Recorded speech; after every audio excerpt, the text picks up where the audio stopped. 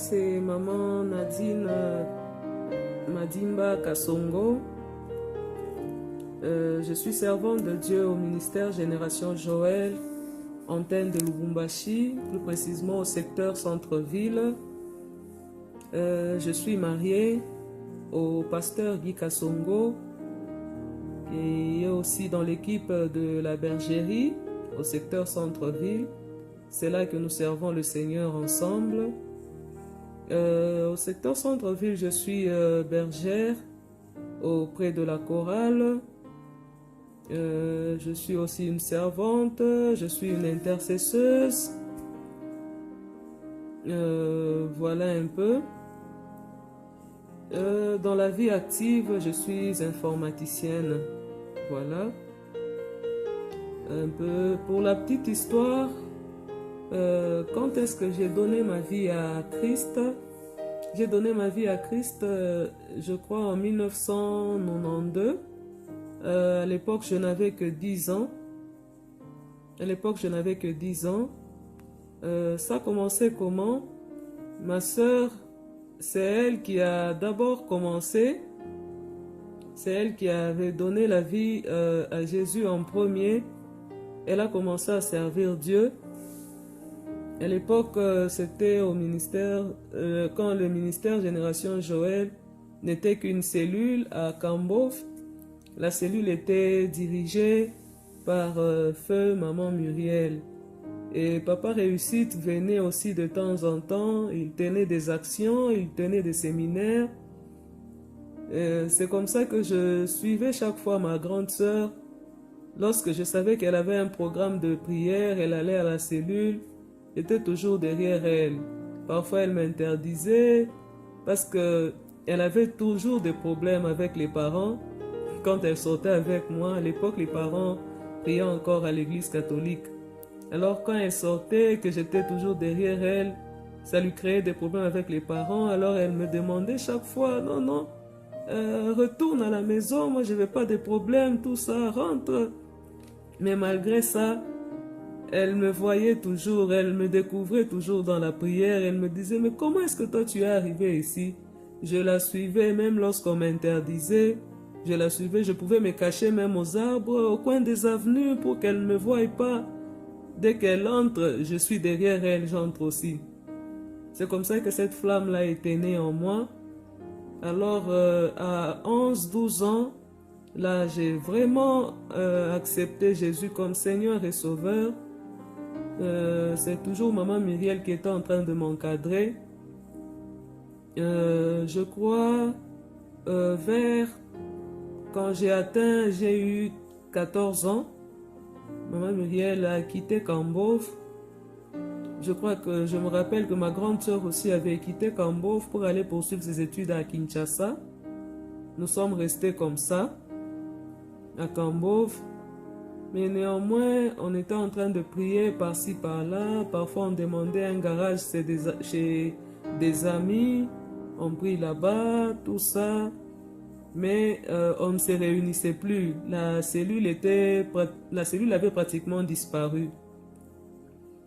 On continuait comme ça, on continuait avec cette même flamme-là. Je me rappelle qu'on s'entretenait avec des serviteurs au téléphone. À l'époque, des téléphones fixes de la Gécamine, là, on s'entretenait au téléphone, on organisait des prières au téléphone. Et ça durait pendant des années. Et ce n'est qu'en 1999, lorsque la conférence Explo 99 avait été organisée. Avant la conférence, en 1998, nous réunissions en groupe de 4 avec mes amis. Je crois qu'il y avait la sœur Lili Chibangu, sa grande sœur Mamie et une autre sœur Mimi. On se réunissait. J'avais demandé une pièce à la Boérie, chez nous à Kambov à l'époque. C'est là qu'on commençait à se réunir avec les amis. On priait.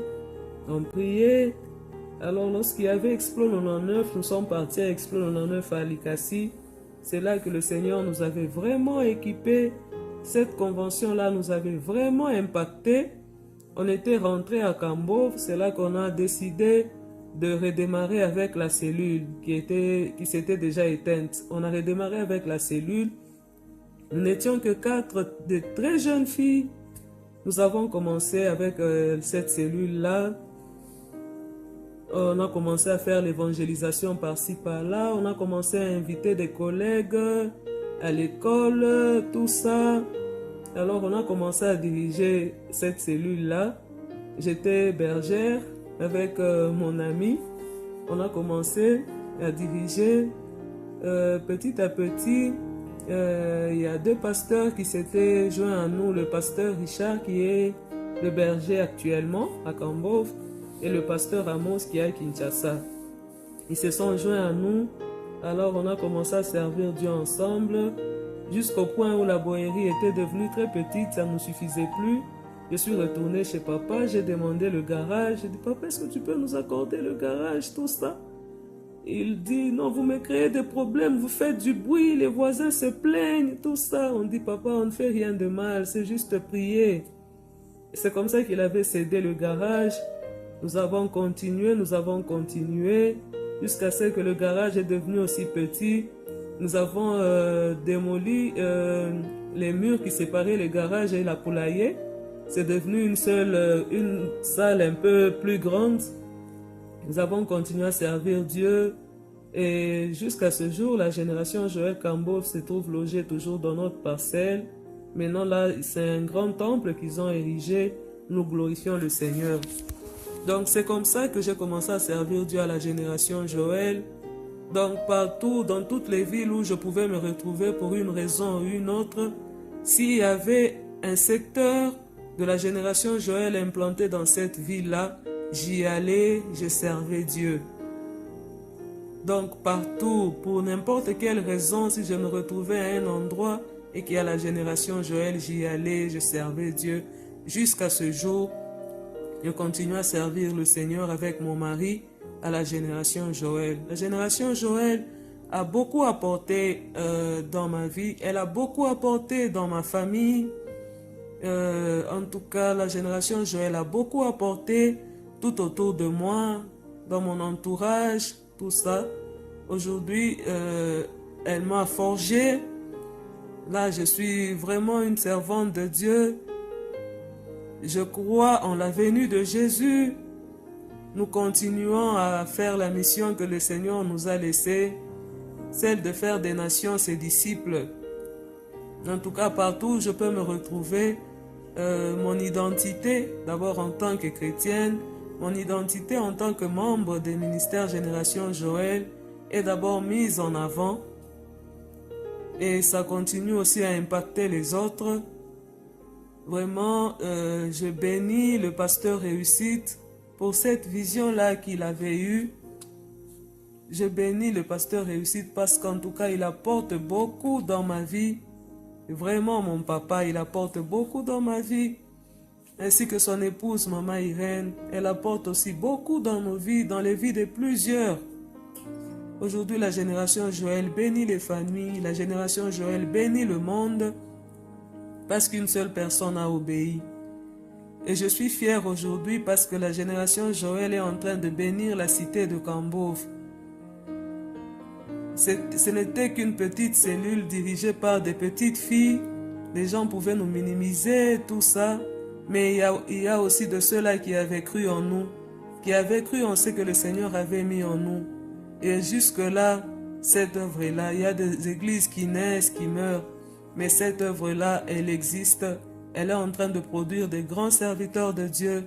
Et c'est vraiment une joie et vraiment une fierté pour nous. Voilà un peu, en bref, la petite histoire. Bon, pas si petite que ça, c'est vraiment une grande histoire. Mais là, comme le temps est vraiment chronométré, c'est un peu ça en résumé. Merci et que le Seigneur vous bénisse.